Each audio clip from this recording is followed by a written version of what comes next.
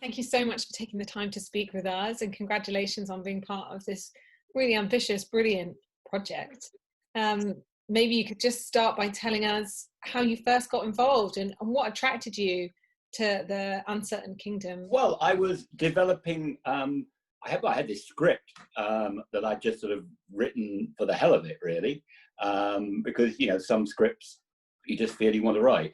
And I was developing with a producer called Ryan Bennett, and he was the one who knew about the Uncertain Kingdom, and he thought this would be a great route to get it made. And you know, it seemed a fantastically ambitious project to try and you know, catch Britain in a moment with 20 short films.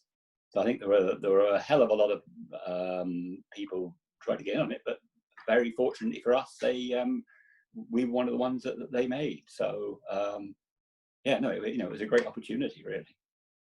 And you know, I love the kind of diversity of the sort of types of film, you know, the different responses to the brief, and yours in particular is quite like a quirky tale. So how did you come across this idea of Death Meets Lisolette? Well, no, I mean, it's interesting you talk about the huge diversity of the films, because of course we didn't know what the other films were going to be like, you know, when it started out. So you know, it's great to have that range, and I think we are a slight oddity in some ways, in that we are a quirky comedy. However, underneath, I think there is a serious issue. I mean, I wrote it because of my mum. She was a nurse. You know, she started at 16 in the Blitz. She saw a lot of people suffering from forms of dementia, and she always said, "Look, if ever I get like that, I just want to go, please." And of course, she ended up, that happened to her, and there was nothing we could do. You know, you feel like in some ways you're failing her. So I wanted to write about that issue, about voluntary euthanasia, about choosing the time of your death. But I also, I think, wanted to make it a film that she would enjoy, or would have enjoyed, you know. So that's why I tried to deal with that in a form that's often comic and slightly bizarre. So I think that's how it took shape. And I love how you know, there's lots of moments that do just feel quite quintessentially British. I mean, even the way of perhaps talking about death, and you know, kind of like these little quips that go through. So, you know, was it important to you as well to kind of capture that Britishness in the way that the characters interact in the script and things? Yes. I mean, we set it in this on this island, and in fact filmed it on the island of Sheerness, and there is something quintessentially British about that whole place. It feels like it's sort of frozen in time in a way, you know, that old British seaside. And so it seemed very appropriate to, if you're looking to be very British about it. And also, I think, as you said, that way that we deal with death in a slightly sort of embarrassed, but sometimes quite dry and humorous way. You know, I think a lot of times what people remember from going to funerals is the jokes, you know, that when people break the tension with a joke, when somebody's very funny, when they remember somebody and how they really were, you know, not one of those sort of manicured remembrances where everything's good. So I did, yes, I hope we did capture the spirit of how Britain deals with those things. And do you think that is also something that we have in our society, which is to tackle maybe, you know, kind of like taboo topics, or things we find difficult to talk about, with comedy, you know, and having a bit of a dry sense of humor.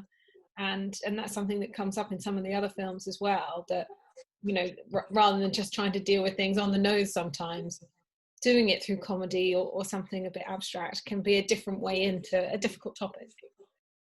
Yeah, I mean, you know, just looking at things that I really enjoy, a lot of them are those shows or films or plays or whatever that sort of tread that razor's edge between being very serious and being very funny, because I think, you know, that is the most true to life. You know, in the most serious situations, people are funny, and you know, it's in humor is not, you never get something that is just funny. There's always the dark sides to it, and I think the British are very good at that. And it's interesting. I think the BAFTA TV nominations have come out today, and and Chernobyl is leading the way, which treats the most horrific subject, and yet at times it is really, really funny. It's laugh out loud funny, and I think maybe that's what one of the reasons that people have loved that so much. What do you hope that people will take away from it in that sense? And I guess we can talk a little bit about the timeliness of it, because obviously this isn't a reaction to Brexit, but events have almost been taken over now by what's happening with COVID, and that's a whole other discussion about our society and death and things like that. So how do you think, you know, with time, as time has moved on, the world that this is now being released into, how do you think that's affected how it will be received? Well, I think it probably, if you'd known what situation we were going to be in, having somebody dressed as Death with a scythe wandering around British beaches would not have seemed a very good idea. And, you know, I hope that the people who have suffered from the outbreak are not upset by it. But, I mean, in many ways, it is even more timely, I think, because it's raised these issues where, you know, the people, elderly people in care homes haven't been protected. Where I think they brought in, I don't know whether they in the end had to use it, but they brought in a point system whereby you know, whether you got treatment if there weren't enough, you know, if there wasn't enough intensive care to go around. And I think if you were over 70, that was 7 points. If you had dementia, that was 8 points, and then you were over the limit. So again, it was, you know, I think Death Meets Lisolette just makes a plea for people to have more chance to choose the time of their death. And again, you know, what's happened with COVID all over the world is that other people are making these decisions for them. So you could say it actually is more relevant than when we made it. And what about your experience of making the film? I mean, I'm a huge fan of Hugh Dennis. He just is always brilliant. I think in whatever he does, got something so specific about his like comic timing. But also with Rosalind Ayres and Harriet Turnbull. So, you know, how did you put together this cast, and what was it like working with them? Well, it was, you know, because you're making this thing on a wing and a prayer. I went to people that I knew, you know, might be willing to do it for a start, but also because we were shooting it very quickly, you needed those fantastic actors who, you know, will be just on it straight away. And I think, like you, as soon as I thought of Hugh Dennis wandering around in his death costume with a giant scythe, and then being, you know, tricked by a very small girl, he was instantly my number one target, and it was great that he did it. And most of the cast are people that I've worked with before.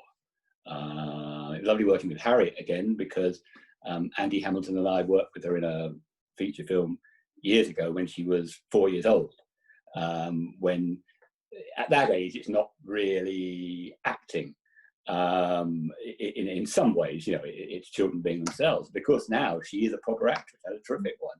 So it was great to see her again. In fact, I made the character slightly older, so it could be her who did it. And when you saw like the rest of the anthology, how did you see your film fit in with those? And were you surprised by how differently some people had responded to the brief? I wasn't surprised by the breadth of the brief, although you know, as I think I said to you earlier, you know, that Death Meets Lisolette, that our film was a bit of an outlier, I would say on that. I mean, I think there's some terrific films in there about, you know, a lot of very important issues. You know, I love things like Pavement. I love yeah, lots of them. But I suppose a lot of those films came to their subject with sort of more direct anger, and you know, I think there perhaps is an anger about the way old people are treated underlying Death Meets Lisolette, but we just chose to do it in a slightly different way. You know, as I said, I think that probably just came down to I thought I'd like to do something that my mum would enjoy watching. So that's how it turned out how it did. And we are in a very interesting moment right now. I think in some respects it's been obviously really tough, but there's also been a lot of time for reflection. Do you feel optimism for the future, for things to improve at a societal level? Or, you know, how are you feeling about things right now? Optimism. That's quite hard to feel at the moment, isn't it? I think I just think that you never know what's around the corner. You know, that things just keep coming round in waves, and you know, that will continue to happen. I don't think I'm given to a great deal of optimism as a human being, but so I wouldn't go that far. Mm-hmm. Well, and I think that, you know, films like this do show though as well that there's a role, I think, for the arts and film in particular, for helping us process difficult issues and getting, you know, opening up conversations and, you know, being able to kind of explore things that are maybe more difficult when we're just looking at stats and reading the news and can feel quite overwhelmed. So it feels like increasingly, you know, the arts and culture have really played a major role through this whole kind of crisis. Well, it'd be very interesting to see what would happen if they were able to commission another series now, because of course that would be dealing directly with everything that happened. And again, I think, you know, those lots of short films from really different viewpoints would be a great way of doing that. So, you know, let's hope they're able to have another series of it that looks back at what happened. But I think it's interesting. A lot of the films you feel do have something to say about COVID, although it hadn't happened when they were made. And just finally, what can we expect from you next? I know everything's been a bit on pause because of coronavirus, but have you got some stuff in the works? Oh, always got stuff in the works. It's you know, it's sort of, we have a broadcaster says yes, basically. I mean, Andy and I would love to do another series of Kate Cody on ITV, so we're waiting to hear on that. Yeah, no, I mean, it's going to be hard. I think it's, you know, there's going to be I'm a bit worried by all the people that have gone away and, you know, written their first novel during the lockdown. There's going to be so many of those out there that you know, we're going to have a lot of competition, I think. But anyway. All right, well, that's been wonderful. Thank you so much for sharing all that with me, and congratulations on your great contribution to this project. And yeah, can't wait to see what you'll be putting out next. So thank you so much. All right, thanks very much. Thank you. Goodbye. Thanks. Bye. Lovely to speak to you.